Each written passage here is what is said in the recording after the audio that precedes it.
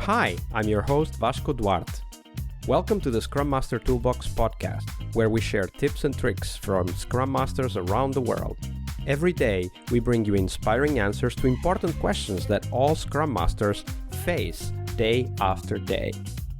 Hello, everybody. Welcome to one more week of the Scrum Master Toolbox podcast. And this week, joining us from Gloucester in the UK is Ryan Brook. Hi, Ryan. Welcome to the show. Hi, Vasco. Thank you. Great to be here. Absolutely. It's a pleasure to have you here. And also a great surprise that you have an excellent microphone. It's, I'm sure our listeners will also appreciate that. I do try. Absolutely. Especially these days that many of us have to work remote. The quality of the sound is very important. So Ryan is a practicing Agile coach and Scrum Master based in the UK. He's also the co-creator of Scrum Lake, a safe community of practice focused on storytelling and deep exploration with Scrum Masters from around the world. He holds both PSM 3 and PSPO 3 and is a candidate Professional Scrum Trainer for the Scrum.org organization. Ryan, that was a quick intro. Tell us a little bit more about yourself and how did you end up becoming a Scrum Master? So, I guess I don't really have a traditional route into becoming a Scrum Master. I started in the field about 6, maybe 5 years ago. Before that, I was a head of chemistry in a secondary school in the UK, so I was a teacher. So what I did was I realized I wanted to get out of that, but I liked a lot of the values, and I wanted to try and find a job that kind of met those values. And I'd never heard of a Scrum Master, so I just applied to the UK, a UK company called BAE Systems, and they had a pilot basically to get non-technical people into technical roles. So I joined that. I managed to get a job with them, and I basically fell into the Scrum Master role. It was just something that I found developers didn't traditionally want to do, and they were often twin hatting developers and Scrum Mastery.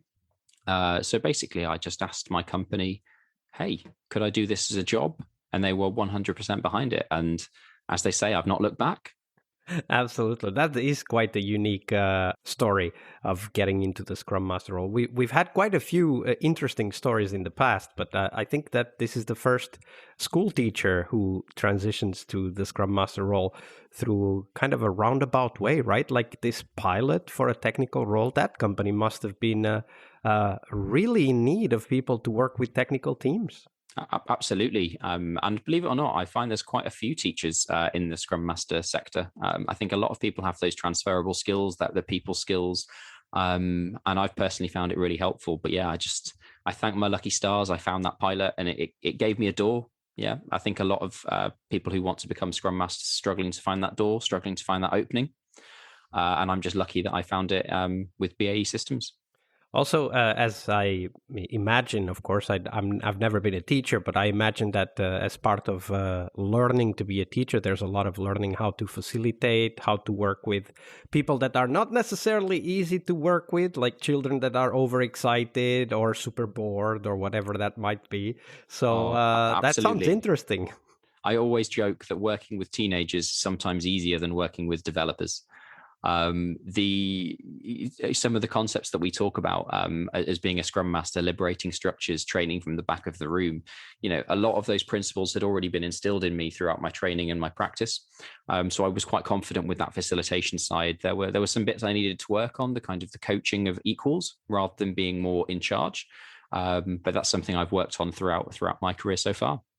Very good. Well, that is a great introduction to the next question, of course, because today is Monday, and on Fail Monday here on the podcast, we talk about the story of failure, because we want to learn what you learned at that time. So, Ryan, tell us a story of a moment where you as a Scrum Master, you did your best, but at that time, as it usually goes, the best just wasn't good enough. So walk us through that story from the beginning, and then we'll dive into the details later. Sure, yeah. I guess which story to pick about failure.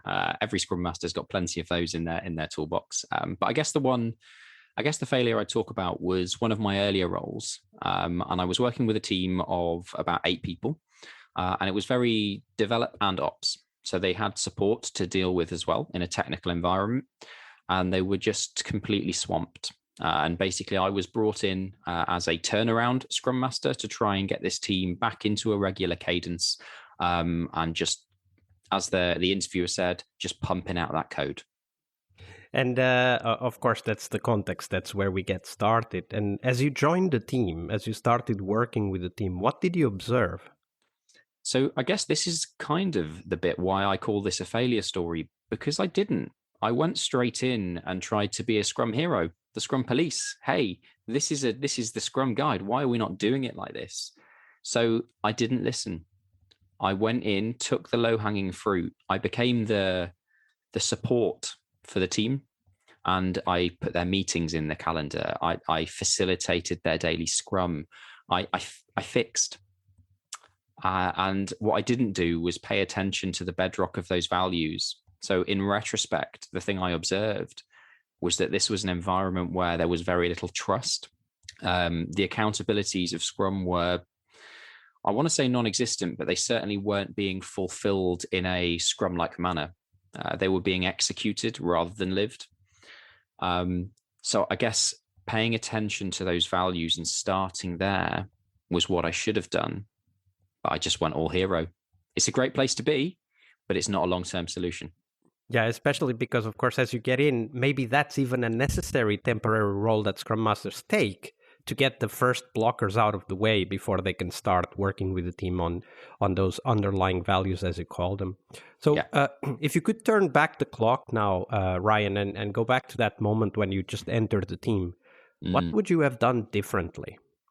So I had a really good conversation actually quite recently with a professional Scrum trainer, and he said actively doing nothing is one of the best skills a Scrum Master has.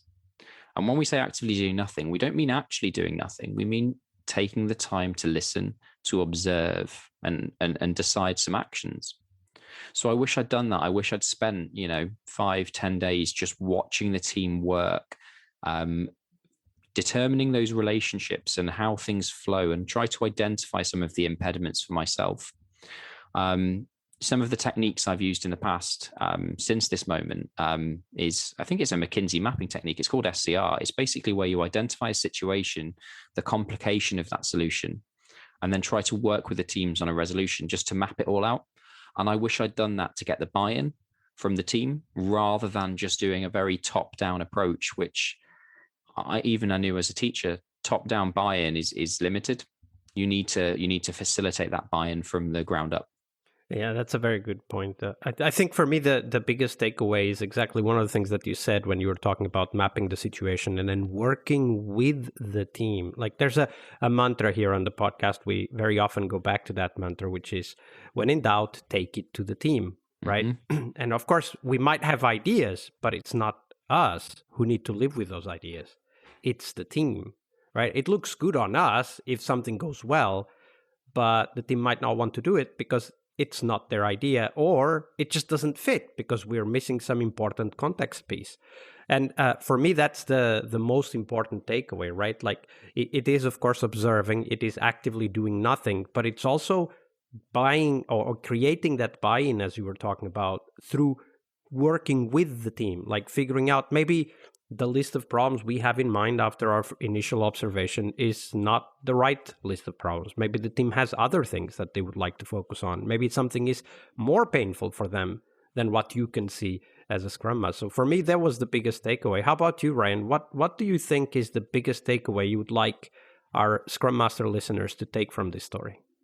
I think that the accountability of that Scrum Master, we can talk very much from a Scrum Guide perspective, but to me, a Scrum Master is trying to create those guardrails. Like when you go bowling with a child, you try to create those guide rails for them to self-manage within. And those guardrails take time to build, and they are very value-based. So the takeaway I would put across would be slow and steady. Don't try to solve too many things too fast, because what you'll find is, like changing things too fast, things fall away very quickly. So small incremental changes as a Scrum Master would have fixed the problem that I had rather than solving everything at once. Absolutely. And a great reference to that basic Agile idea that, start small, increment quickly, learn and improve. Thank you for sharing that, Ryan. You're welcome. Monday is about what we learn from our obstacles and our failures.